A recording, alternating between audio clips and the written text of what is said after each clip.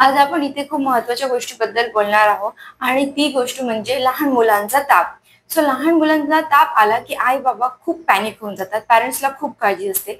त्यावेळेस नेमकं काय असं करायला पाहिजे की जेणेकरून लहान मुलाचा जो ताप आहे तो लवकरात लवकर कमी होईल. आज आपण या गोष्टीबद्दल बोलणार आहोत. नमस्कार. माझ्या चॅनलमध्ये तुम्हा सर्वांचं मनापासून एकदा स्वागत आहे.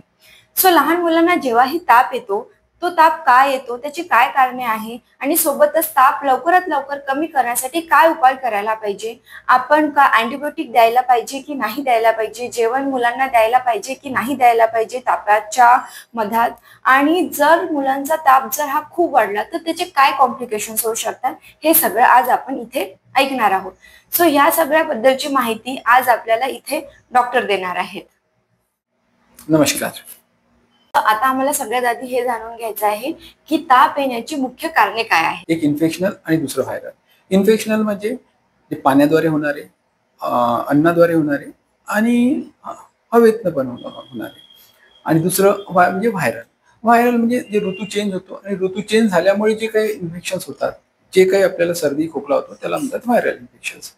तर इन्फेक्शन हे जसं आपल्याला जे आता सांगितलं की पाण्याद्वारे इन्फेक्शन अशा प्रकारे होऊ शकतं की दूषित पाणी पिण्यात आल्यामुळे आपल्याला पाण्याचे इन्फेक्शन होतात. तसं दूषित जेवण आपल्या पोटात गेलं तर आपल्याला ते इन्फेक्शन होऊ शकतं. आणि हवेद्वारे म्हणजे की जर ऋतू चेंज होतो त्यामुळे जे हवेमध्ये किंवा पोल्युशन पकडू शकतो. पोल्युशन एक रिझन आहे. आणि दुसरं आपण जास्त धुळीच्या ठिकाणी गेलो तर अशा वेळेस आपल्याला तिथनं पण इन्फेक्शन आपल्याला होऊ शकतं. ताप येणं आपण थांबवू शकतो का? आणि ताप येणं हे चांगलं की वाईट? ताप येणं आपण थांबवू शकत नाही.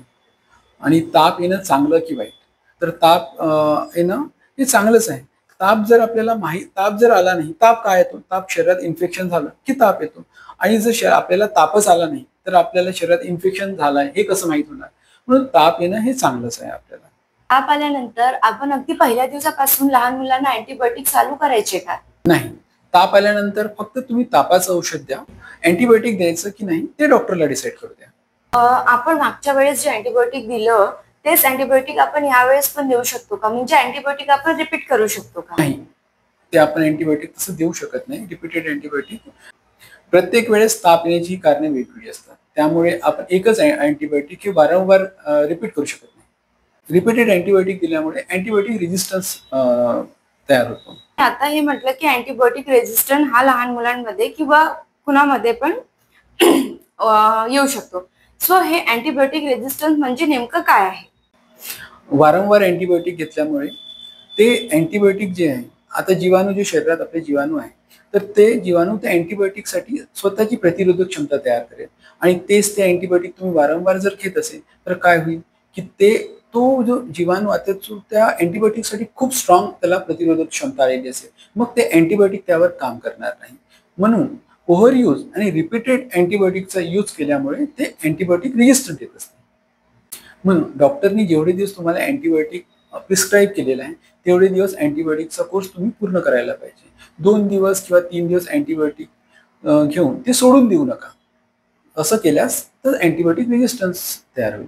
मुलांना ताप येतो तेव्हा आपण औषध देऊन वाट बघायची आहे की ताप लवकर कमी होण्यासाठी अजून काही उपाय आहे? ताप आल्यानंतर आपल्याला तापाचं औषध तर मुलांना द्यायचंच आहे. त्या व्यतिरिक्त आपण लवकर ताप कमी व्हावा म्हणून आपण लहान मुलांना थंड पाण्याची आंघोळ करून देऊ शकतो. थंड पाण्याच्या पट्ट्या ठेवू शकतो किंवा आपण त्यांना थंड पाण्याने पुसून काढू शकतो. लहान मुलांचा जर ताप हा खूप वाढला तर त्याचे काय परिणाम होऊ शकतात? लहान मुलांचा जर ताप वाढला तर त्यांना झटके येऊ शकतात. त्यामुळे आपल्याला लहान मुलांचा ताप वाढू द्यायचा नाहीये. त्यांना लवकरात लवकर आपल्याला थंड पाण्याने आंघोळ करून द्यायची आणि पुसून काढायचं. लहान मुलांना जर तापात झटके येत असेल तर तेव्हा त्यांनी काय करायला पाहिजे? म्हणजे पॅरेंट्सनी नेमकं काय करायला पाहिजे आणि कोणत्या डॉक्टरला त्यांनी दाखवायला पाहिजे? मुलांना जर तापात झटके येत असतील तर सर्वात आधी तर त्यांनी घाबरू नये. सर्वात आधी लहान मुलांना थंड पाण्याने पुसून काढून त्याचा ताप उतरवावा आणि लवकरात लवकर नजदीक जे काही तुमच्या जवळ जे हॉस्पिटल असेल तिथे घेऊन जावे. त्यानंतर तर आपण त्याला न्यूरोफिजिशियनला पण दाखवू शकतो. सर, आता जर एखाद्या बाळाला ताप आहे पण सोबत सोबत त्याला सर्दी खोकला पण आहे तर अशा वेळेस मग पॅरेंट्सला, पालकांना हा प्रश्न पडतो की आता याला थंड पाण्याने पुसून काढायचं किंवा थंड पाण्याने आंघोळ करून द्यायची की नाही. तर मग अशा वेळेस नेमकं काय करायचं? सर्दी, खोकला आणि ताप काही असेल तर त्यामध्ये सर्वात महत्वाचं की ताप चढू न दिले लहान मुलांना.